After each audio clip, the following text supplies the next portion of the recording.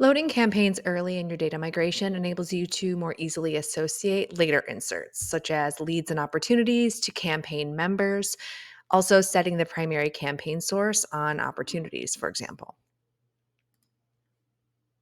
Campaigns are one of the few objects that don't enable you to access the audit fields to set the original created date and created by user information. So, if you need to store this information in Salesforce based on a historical migration, you'll want to create custom fields for those and map them accordingly. In order to load campaign members into campaigns, the campaign's active box must be checked. So, even when you have inactive campaigns from your historical database, you'll want to make sure that all of the campaigns are active after your initial migration. And once you complete your campaign member loads, you can then go back and update all of the inactive campaigns back to inactive. Campaigns and campaign members require the marketing user permission to be enabled on your user record in order for you to access those objects via the data loader. In order to do that, you'll go to your user record because you are the running user doing the migration, and make sure you edit your user record and check the marketing user permission. Here's what that looks like. Navigate to users, click the box, and hit save. Next, as far as what is unique about campaigns, just because campaigns are technically a native object in Salesforce, for whatever reason, it doesn't show up on the native object screen in the data loader unless you select the Show All Salesforce Objects checkbox.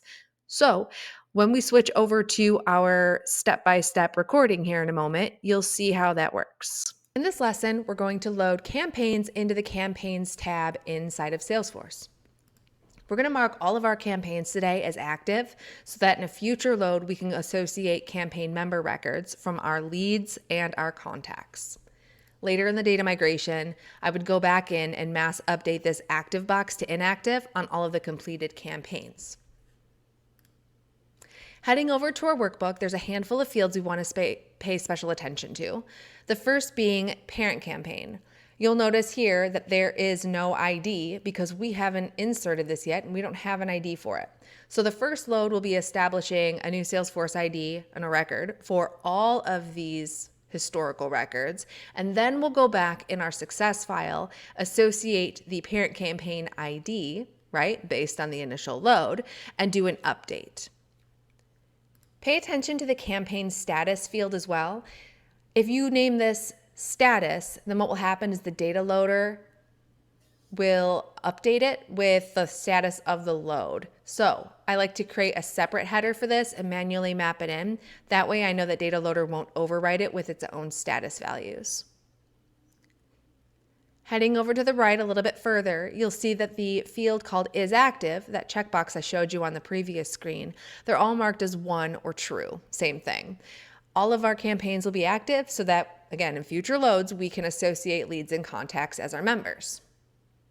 We do not have access to audit fields on the campaign object, so even if our historical data contains the created date and the created by ID, we can't map it to those native audit fields. If it's important for you to have it as part of your data migration, you can create custom fields and map this data into custom fields instead. Let's head over into our data loader and click Insert. You'll notice that the campaign object is not available in our list of objects. So we have to click the Show All Salesforce Objects box here, type campaign, and then we'll see the campaign object appear. If you still have trouble, it means you forgot to go onto your user record and make sure that you have the marketing user permission set. Next, you'll go into the CSV that you created based on your workbook prepared data, select it, and click Open. Head over to your mapping screen where you'll do Create or Edit a Map. You know me, I like to use the auto match. And as expected, status did not map over because I labeled my header campaign status, so data loader won't overwrite what I already had in the file. I also see here that the parent ID is not mapped in, naturally, because I don't have those parent IDs established yet. I double check my mappings, I feel good. I will hit OK, next, and then I validate that the file is going into the folder that I've already set up ahead of the load. When I hit finish, I can now see that my operation is finished. I have created 7 new records and I have 0 errors. If I go over into Salesforce, I can now see that I have all of my active campaigns loaded. And then you always want to do a double check, right? Go into some of these records, make sure that the fields mapped in as expected. And then you can head over to your success file. I like to rename mine. So for example, campaign success. I could delete the error file if I wish because there's nothing in it. When I double click my campaign success, I can now see that I have an ID added for each of the campaigns that I loaded. Now I'm able to go in and do an update and set the parent campaign ID. So in my success file, I put a little X in front of parent campaign and insert a new column to the right. I know that I want to set the ID for the 2024 conferences for these 2 records. So I can go down and I can copy this, or normally when I have a large file, I would use a VLOOKUP. In this case, I will put in the ID that I'm looking for, and I'll call it parent campaign ID. I will hit save. And then I want to go back into my data loader. I'm going to do an update this time. Again, I don't see my object, so I will type campaign. I'm going to grab my campaign success file and hit next. The only thing I care to map this time is the ID of the campaign that I'm updating. So I'm going to take ID to ID, and I'm going to grab the parent ID to the parent ID field, hit OK, and I want this to go into that same campaigns folder. Or sometimes what I'll do is I will also create a new folder for this and call it update campaign with parent ID.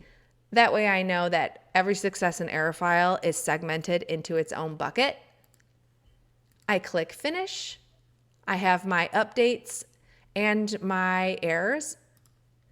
And if I go back into Salesforce, if I wanted to look directly at a record, I can click the ID of a campaign.